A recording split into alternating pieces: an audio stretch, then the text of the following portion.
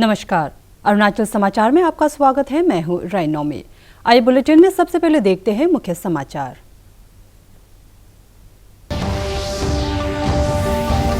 Corona से जुड़ी राहत पर मंत्री समूह की सिफारिशों को जीएसटी काउंसिल ने किया स्वीकार। केंद्रीय वित्त मंत्री निर्मला सीतारमण की अध्यक्षता में जीएसटी काउंसिल की वर्चुअल बैठक में ब्लैक फंगस की दवा को टैक्स फ्री करने को दी गई मंजूरी।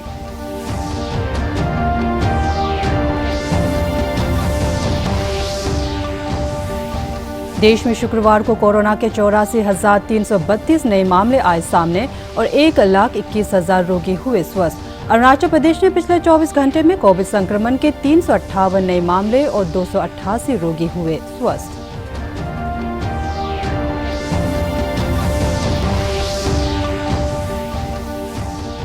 त्रिपुरा के मुख्यमंत्री बिप्लब कुमार देब ने अगरतला रेलवे स्टेशन पर शुक्रवार को पूर्वोत्तर की पहली किसान ट्रेन को हरी झंडी दिखाकर किया रवाना। केंद्र सरकार की ओर से किसानों की आमदनी दोगुनी करने की दिशा में उठाया गया कदम है ये किसान ट्रेन।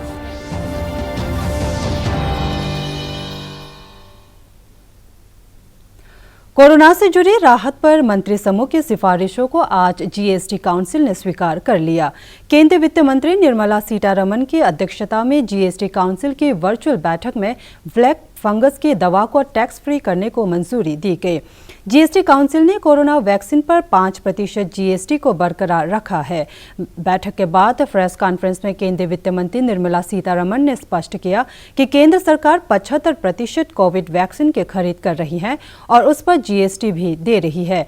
उन्होंने कहा कि इसे सरकारी अस्पतालों के माध्यम से लाभार्थियों को निःशुल्क लगाया जा रहा है और इसका असर जनता पर नहीं पड़ रहा है। परिषद ने रेमडेसिविर के लिए जीएसटी दर को 12% से घटाकर 5%, कोविड जांच उपकरणों पर जीएसटी दर घटाकर 5%, एम्बुलेंस पर जीएसटी दर 28% से घटाकर 12% और शवदाह गृह की इलेक्ट्रिक भत्तियों पर जीएसटी को घटाकर 5% कर दिया है।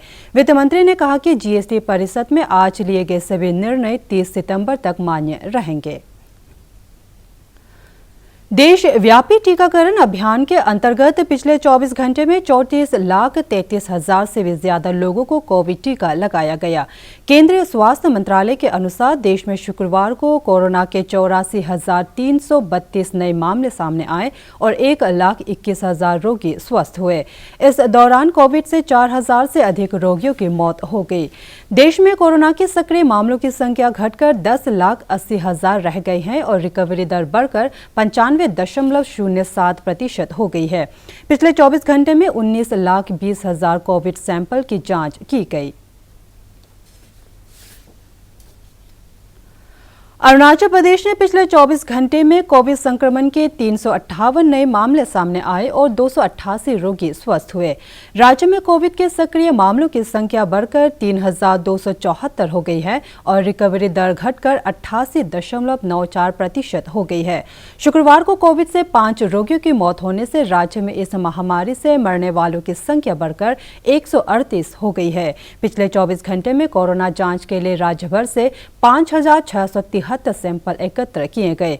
प्रदेश में दर्ज किए गए नए मामलों में सबसे अधिक कुरुंकुमे से 59, ईटानगर राजधानी क्षेत्र से 54, चांगलांग से 43, नामसाई से 30, वेस्ट कामेंग से 24, लोंगडिंग से 23, ईस्ट कामेंग से 22, लोहित से 19, पापुमपारे से 14, लोअर सुबनसिरी और अपर सुबनसिरी जिले से 10-10 मामले शामिल हैं। जबकि स्वस्थ हुए रोगियों में सबसे अधिक ईटानगर राजधानी क्षेत्र से 50, चांगलांग से 33, वेस्ट कामेंग से 29, नामसाई से 24, ईस्ट सियांग से 22, लोअर सुबनसिरी से 21, अंजाव से 16, अपर सुबनसिरी और लोअर दिबांग वैली से 14-14, ईस्ट कामेंग से 13 और पापुमपारे जिले से 10 रोगी शामिल है।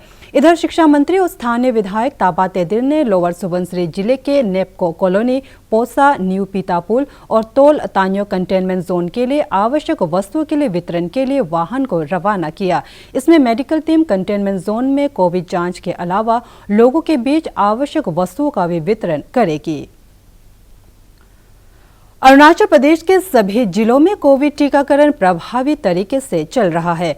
राज्य स्वास्थ्य सेवा निदेशालय द्वारा जारी रिपोर्ट के अनुसार प्रदेश में अब तक 4,11,272 कोविड टीके लगाए जा चुके हैं, जिसमें 18 से 44 आयु वर्ग के 67,886 लाभार्थी शामिल है। मुख्यमंत्री पेमा खांडू ने अपने एक ट्वीट में बताया है कि केंद्र सरकार की तरफ से राज्य को 18 से अधिक उम्र के लोगों के टीकाकरण के लिए 14,410 कोविड वैक्सीन की डोज प्राप्त हुई है। मुख्यमंत्री ने कोविड के खिलाफ लड़ाई में केंद्र सरकार के निरंतर सहयोग के लिए आभार व्यक्त किया है।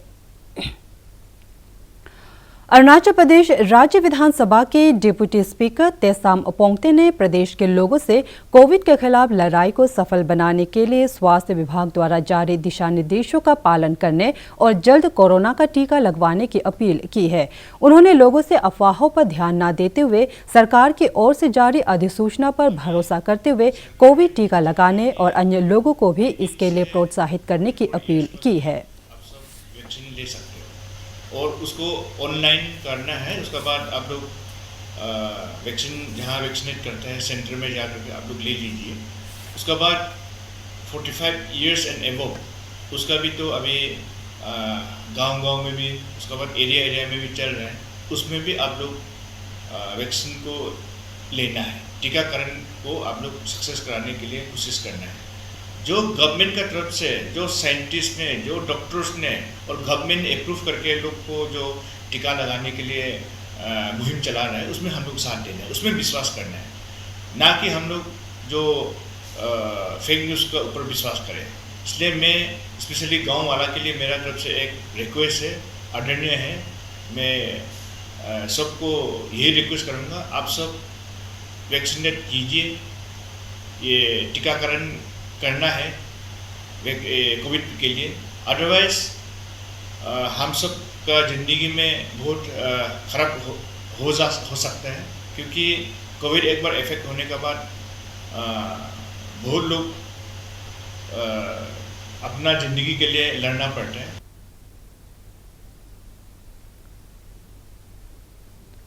त्रिपुरा के मुख्यमंत्री बिप्लब कुमार देव ने अगरतला रेलवे स्टेशन पर शुक्रवार को पूर्वोत्तर की पहली किसान ट्रेन को हरी झंडी दिखाकर रवाना किया। इस ट्रेन में लदे 8,990 किलोग्राम अनानास को दिल्ली स्थित आजादपुर मंडी, जबकि 1,145 किलोग्राम अनानास और कटहल को गुवाहाटी में उतारा जाएगा।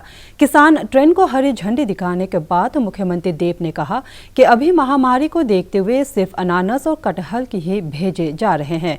बाद में प्रदेश में उत्पादित धान, नींबू, काजू, ड्रैगन फ्रूट एवं कश्मीरी सेब को भी भेजा जाएगा। भारतीय रेलवे ने पिछले वर्ष किसान रेल की शुरुआत की थी।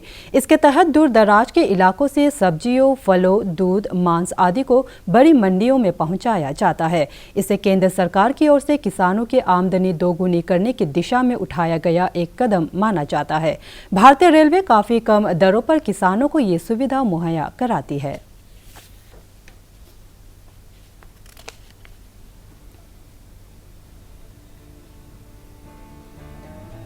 रेल मंत्री को मैं बहुत बहुत बधाई देता हूं जो ऐतिहासिक कदम के लिए, क्योंकि भारत कृषि प्रधान देश है।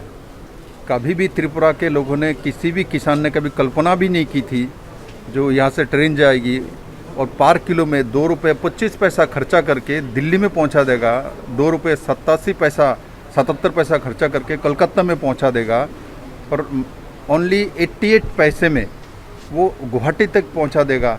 ये किसी ने कभी सोचा नहीं था। और 20 बोगी वाला ये ट्रेन कलकत्ता, दिल्ली, गुवाहाटी में पहुंचेगी। और आज मुझे बहुत खुशी है, त्रिपुरा का जो स्टेट फ्रूट्स है, जो क्वीन पाइनएप्पल है, वो क्वीन पाइनएप्पल और साथ साथ जैक फ्रूट्स, बहुत दिन से मेरा आशा था जो वो यूके के मार्केट में जाए। तो माननीय प्रधानमंत्री जी ने मन की बात के माध्यम से पूरे देशवासी की, दुनिया के सामने उस विषय को रखा है। और मेरा पूरा विश्वास है त्रिपुरा को, किसान को इससे बहुत बड़ी रिलीफ मिलेगी, उनको ताकत मिलेगा। केंद्रीय मंत्री किरण रिजिजू ने सीमा सड़क संगठन द्वारा कठिन भौगोलिक परिस्थितियों के बावजूद देश के सुदूर इलाकों में सड़कों और पुलों के निर्माण कार्य की सराहना की है। बीआरओ के महानिदेशक लेफ्टिनेंट जनरल राजीव चौधरी के नेतृत्व में पूर्वोत्तर राज्य के सीमांत इलाकों को सड़कों से जोड़ने के लिए बल के कर्मियों द्वारा विभिन्न चुनौतियों के बावजूद समय पर परियोजनाओं को पूरा करने के लिए किए जा रहे प्रयासों की सराहना की है। श्री रिजिजू ने अपने एक ट्वीट में बीआरओ के अधिकारियों के साथ साथ अरुणाचल प्रदेश के सुदूर इलाकों में बन रही सड़क के जायजा का वीडियो शेयर किया है।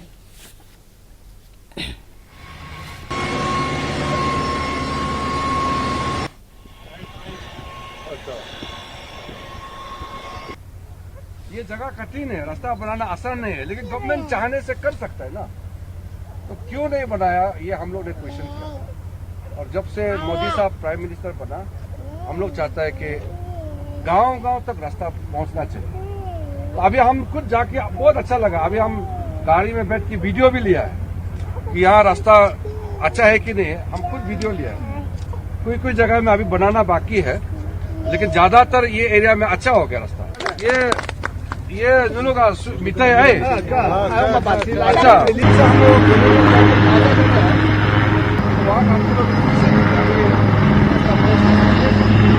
तो मैं जल्दी वापस जाएगा।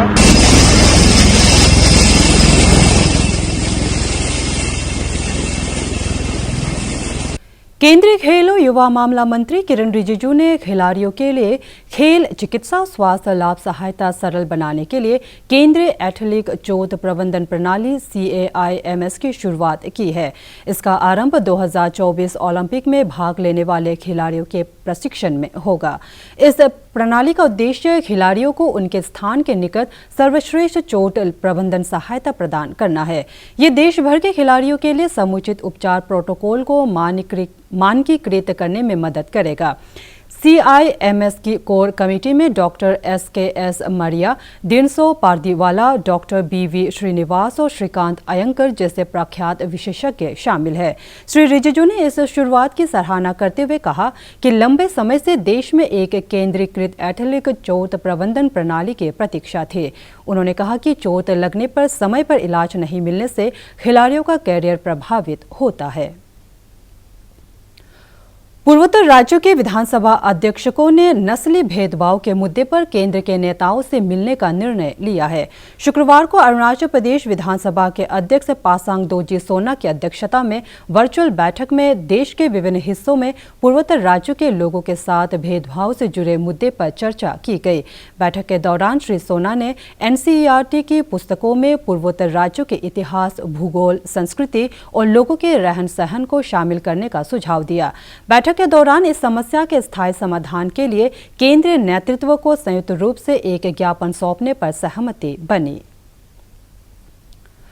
भारतीय जनता पार्टी की क्रा-दादी जिला इकाई द्वारा तारक लेंगदी अंचल में शुक्रवार को सेवा ही संगठन कार्यक्रम के तहत कोरोना महामारी से प्रभावित गरीब और कमजोर वर्ग के लोगों को राशन वितरण किया गया। पीएम मोदी के नेतृत्व में केंद्र की NDA सरकार के 7 वर्ष पूरे होने के उपलक्ष्य में आयोजित इस कार्यक्रम के दौरान स्थानीय लोगों को कोविड SOP और टीकाकरण के बारे में भी जागरूक किया गया। इस अवसर पर BJYM के प्रदेश महासचिव डोलम ताको, पालिन मंडल के भाजपा अध्यक्ष तोकू काहा और तारक लेंगदी के जिला पंचायत सदस्य तारिन बाथ सहित कई पदाधिकारी मौजूद थे। सब वैक्सीन लेने के लिए मौजूद करना चाहिए, मजबूरी करना चाहिए बोल के हम लोग को ये इशारा किया गया है। तो इसीलिए हम लोग हर बस्ती में सबको जो मीडिया व्हाट्सएप में जो फॉल्स प्रोपेगेंडा जो जा रहा है वो झूठ है बोल के सबको वैक्सीन लेने के लिए और कोरोना से बचने के लिए सबको वही इंतजाम करके वही संदेश हम लोग दे रहे हैं। 2 महीना का चावल को दे रहा है और इसका बाद वो हम लोग का फ्री वैक्सीनेशन को दे रहा है और 18 ईयर्स टू 44 और 45। आज विश्व बाल मजदूरी निषेध दिवस है। इस वर्ष का थीम है अभी कार्रवाई करें, बाल श्रम समाप्त करें। विश्व बाल मजदूरी निषेध दिवस के अवसर पर जारी यूनिसेफ और अंतर्राष्ट्रीय श्रम संगठन की एक रिपोर्ट में कहा गया है कि विश्व भर में बाल श्रमिकों की संख्या बढ़कर 16 करोड़ हो गई है। पिछले 4 वर्षों में इसमें 84 लाख बच्चे जुड़ गए हैं। कोविड-19 महामारी ने लाखों लोगों को गरीबी के कगार पर पहुंचा दिया, जिसका सीधा संबंध बाल मजदूरी के साथ है। अंतर्राष्ट्रीय श्रम संगठन ने 2002 में विश्व बाल मजदूरी निषेध दिवस मनाने की शुरुआत की थी ताकि दुनिया भर में बाल श्रमिकों पर ध्यान केंद्रित किया जा सके और इस समस्या के समाधान के उपाय तथा प्रयास किए जा सके। हर वर्ष 12 जून को सभी सरकारें, कर्मचारी और श्रमिक संगठन, सिविल सोसाइटी तथा विश्व भर में करोड़ों लोग मिलकर ये दिवस मनाते हैं। इससे बाल मजदूरों की दशा उजागर करने और इस समस्या को दूर करने के उपायों पर ध्यान केंद्रित करने में मदद मिलती है। मिजोरम की राजधानी आइजोल में शुक्रवार को राज्य के सूचना एवं जनसंपर्क मंत्री पू लालरुआतकीमा ने ग्रीन मिजोरम डे कार्यक्रम का शुभारंभ किया। राज्य के वन, पर्यावरण और जलवायु परिवर्तन विभाग द्वारा कोविड दिशा निर्देशों का पालन करते हुए आयोजित इस समारोह में श्री पू लालरुआतकीमा ने कहा कि जलवायु परिवर्तन की समस्या से निपटने के लिए वनों, जैव विविधता और जल संसाधनों का संरक्षण जरूरी है। गौरतलब है कि मिजोरम में वर्ष 1998 से प्रतिवर्ष ग्रीन मिजोरम डे मनाया जाता है। अरुणाचल समाचार के आज के अंक में इतना ही। जाने से पहले आप सभी से अनुरोध है कि कोविड-19 के दिशा निर्देशों का पालन करें।